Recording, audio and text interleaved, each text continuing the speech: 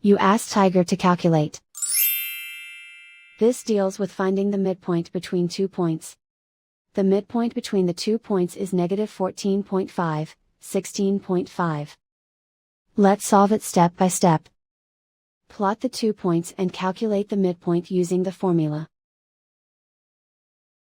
The coordinates of point 1 are, x1 equals negative 12, y1 equals 50. The coordinates of point 2 are, x2 equals negative 17, y2 equals negative 17. PM represents the midpoint of the 2 points.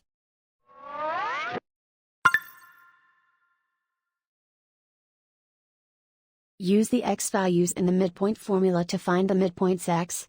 x1 equals negative 12.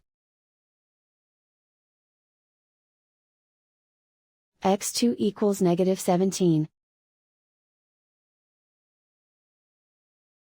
Simplify the arithmetic.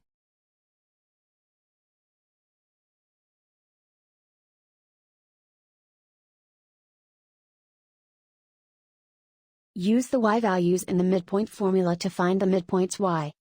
y1 equals 50. y2 equals negative 17. Simplify the arithmetic.